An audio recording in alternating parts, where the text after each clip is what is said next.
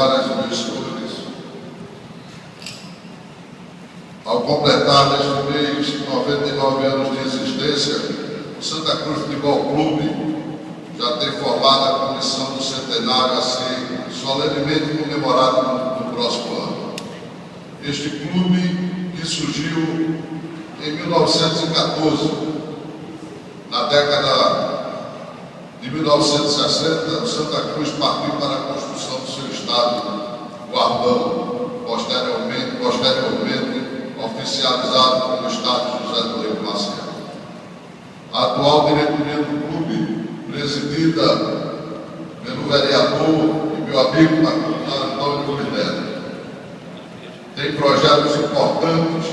para este ano e certamente o autor da matéria irá discorrer. O estádio do Arruda também será transformado numa moderna arena, atendendo aos padrões da FIFA.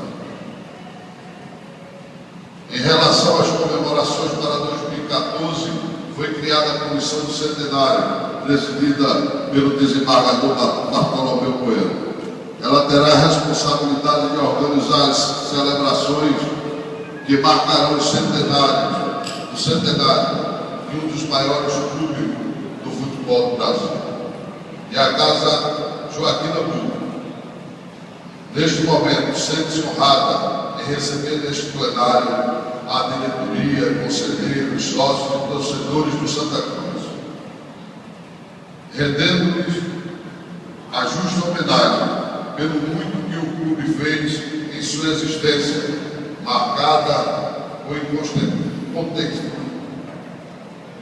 incontáveis glórias assinaladas pelo engrandecimento do futebol pernambucano e brasileiro. O discurso aqui, nobre presidente Antônio Luiz Neto, discorria pela história do clube, mas para não tomar a fala do autor da matéria, quero simplesmente me ater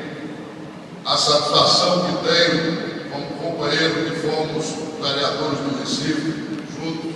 você que muito me ensinou naquela casa, e eu tive o grande prazer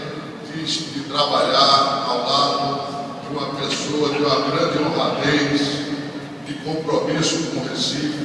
e certamente de muita competência.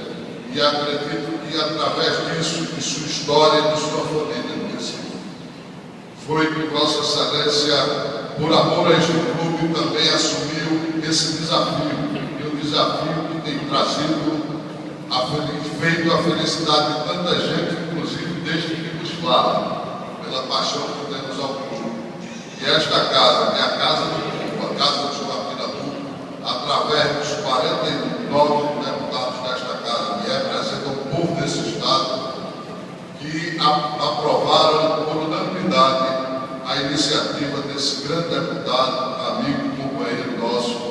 e apaixonado por este clube da 22, Sebastião Oliveira. Portanto, agradeço a todos e convido o deputado Sebastião Oliveira para